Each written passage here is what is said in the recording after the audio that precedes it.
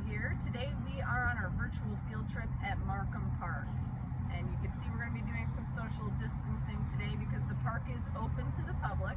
So that means that there's kind of a lot of people here. And also I have here with me the park naturalist and a personal friend of mine, Sara Jarossy. So, hey there, Sara. Hello everybody. Welcome to my park.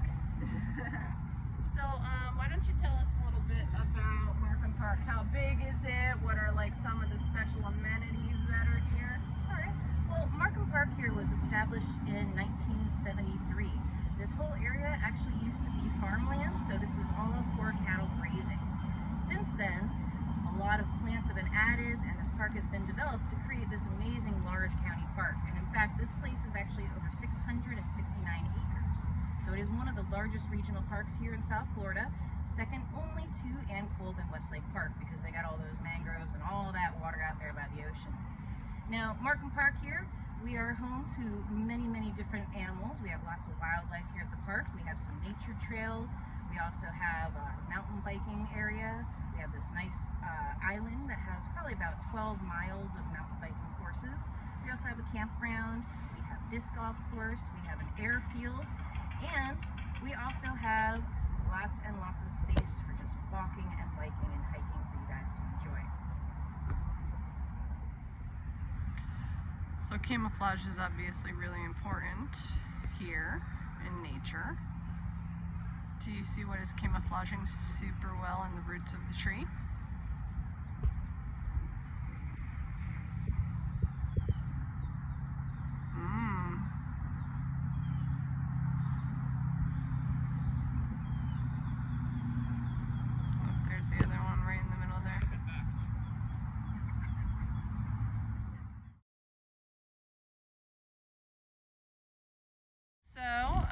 Sara is planning to take us on a little walk, and she's going to tell us a little bit about some of the plants and butterflies that we're going to see at the butterfly garden over here. Alright. Now, one of the first things you're going to notice when you enter our butterfly garden is this gigantic plant with these beautiful purple flowers and berries. This is called the tropical lilac. And if you actually touch the leaves of the tropical lilac, they are very, very soft. So, you know, it's almost like a quilty fleece feeling. Yeah. Now, as we continue down, you're going to see lots of our bright colored salvia plants. These are one of the favorites of our butterflies. They get lots of nectar from these.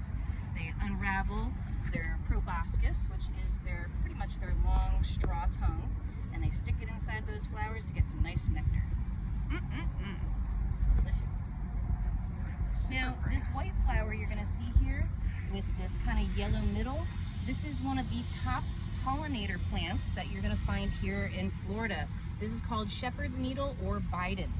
Now, they call it shepherd's needle because the seeds here, they cling to your clothes. So these little needles, they get stuck on your clothes and they hitchhike with you. So you drop those seeds wherever you go and a new Biden will grow. And they named it after Joe Biden, right? It was named long before he was popular. Oh, okay. Ooh, what are these pretty ones? Now these have just come up. They are one of our seasonal plants. They are called the blanket flower. I like and that. The blanket flower pretty much just reseeds the ground itself. You can see it's got its seed pods here where it's pretty much done. Once you drop these seeds on the ground, in the next year, we'll have more of that blanket flower. So it's kind of like a dandelion type of cottony seeds? Kinda, yeah. That are dispersed in the wind? Exactly. Alright, that's cool. Yeah, there's a lot of ways that plants disperse their seeds, right? Mm-hmm. Water, wind, being stuck on people and animals. Right, so prickly ones, and even going through the digestive system of some organisms. Delicious. You know, those birds, they eat those berries and seeds and they poop them out all over the place. Yeah, right? I would make a candle out of that. Yes, I would.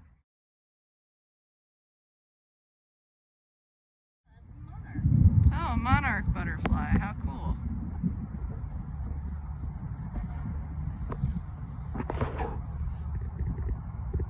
Oh, I like that. Oh. Now, this tree that you're going to see here has these beautiful little puffs of flowers.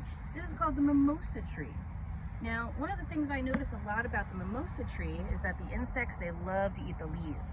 In fact, we have a bee out here called the leaf cutter bee, and this bee will actually cut almost a perfect little semicircle out of the side of that leaf. And what that leaf cutter bee does is then he rolls up that piece of leaf and he carries it off to build his nest with. It's pretty cool. And the flowers aren't bad to look at either. Yeah, they're really pretty. The fire bush. I know this one. I see these all over the place. And of course I hear that these are some of the best attractor of our state butterfly, the zebra longwing, which I'm seeing a few of them over here. Black and yellow, black and yellow.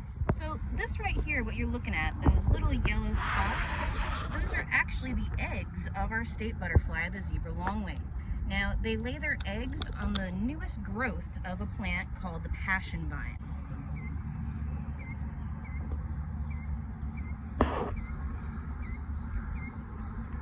So that's a killdeer, and she is guarding a nest. You can't really see the eggs very well, they blend in really well. But for some reason she decided to build her nest right on the edge of this construction site. And yeah, if we were to get close, she'd probably show us the broken wing trick. So what they do is, if you get too close to the nest, they oftentimes pretend like they're injured. So they fake a broken wing, and they start hooping and hollering and make you think like they're injured, so that if you're a predator looking to eat some birds or birds' eggs, you would actually go after mama, and then she would end up flying away, but you'd probably forget where you saw the eggs. And so that is an adaptation that this bird has in order to help herself survive and her babies to survive as well.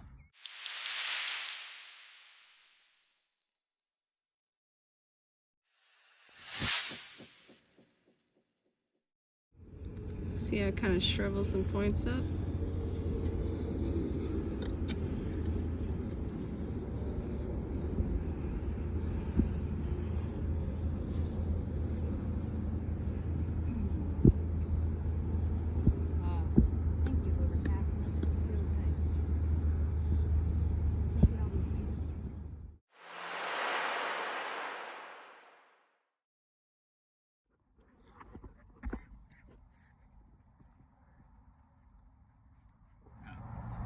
While you guys are out here walking through Markham Park's nature trails, you may stumble upon some of these holes in the ground.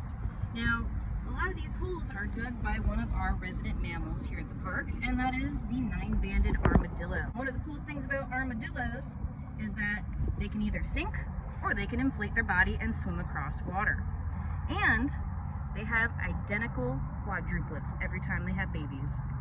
So 4 babies, either all girls or all boys, every time. Yeah, right? They don't undergo meiosis, only mitosis, which is pretty interesting. Cool fun facts about armadillos. And yeah, it looks like they've been digging up this trail here. And they're looking kind of all over the for worms place. and grubs and any kind of insects they can find in the ground to eat. They're Okay, insectivores. all right, that's cool. Insectivores. So, if you are to approach an animal in nature that you want to learn more about, you try and be as quiet as possible, moving very slowly.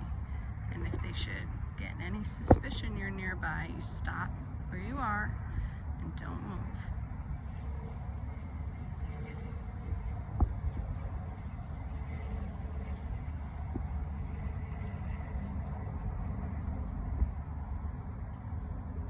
It's really tiny.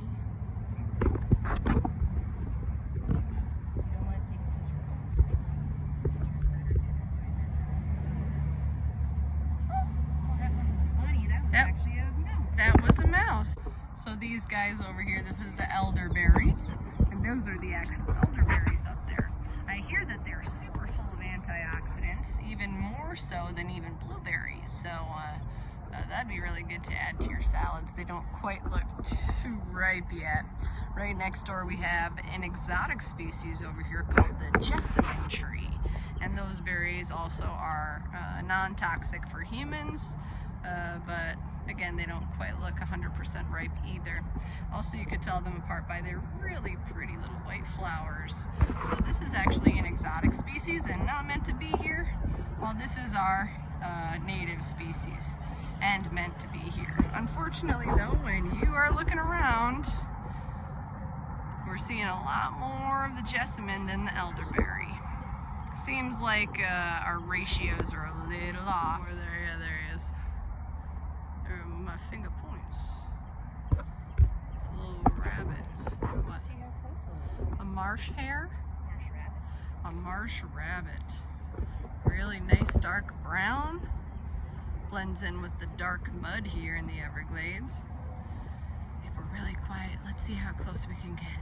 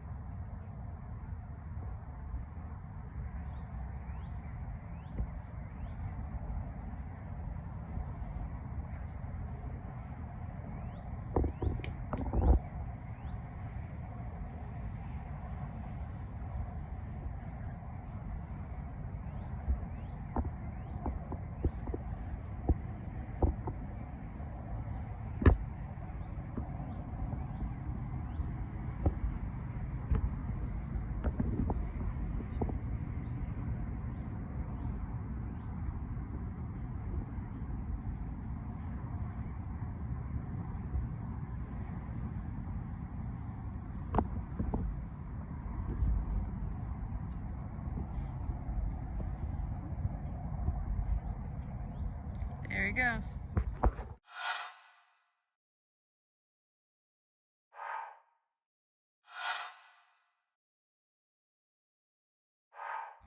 So we are now at the end of the nature trail, which leads out into a canal. Now this canal also has a levee attached to it, and we're actually going to go up and over that levee to get a view of the Everglades, because Markham Park is on the edge of the Everglades.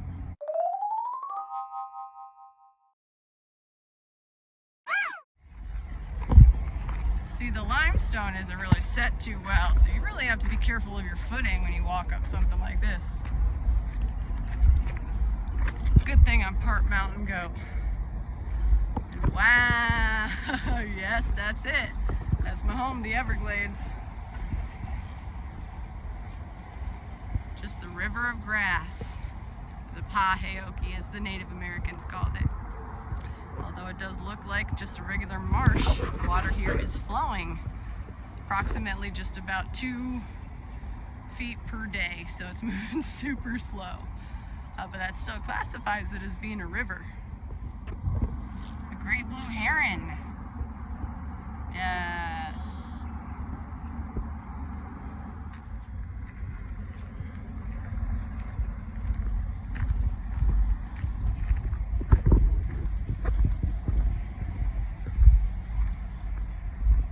So the rainy season here basically just started this week.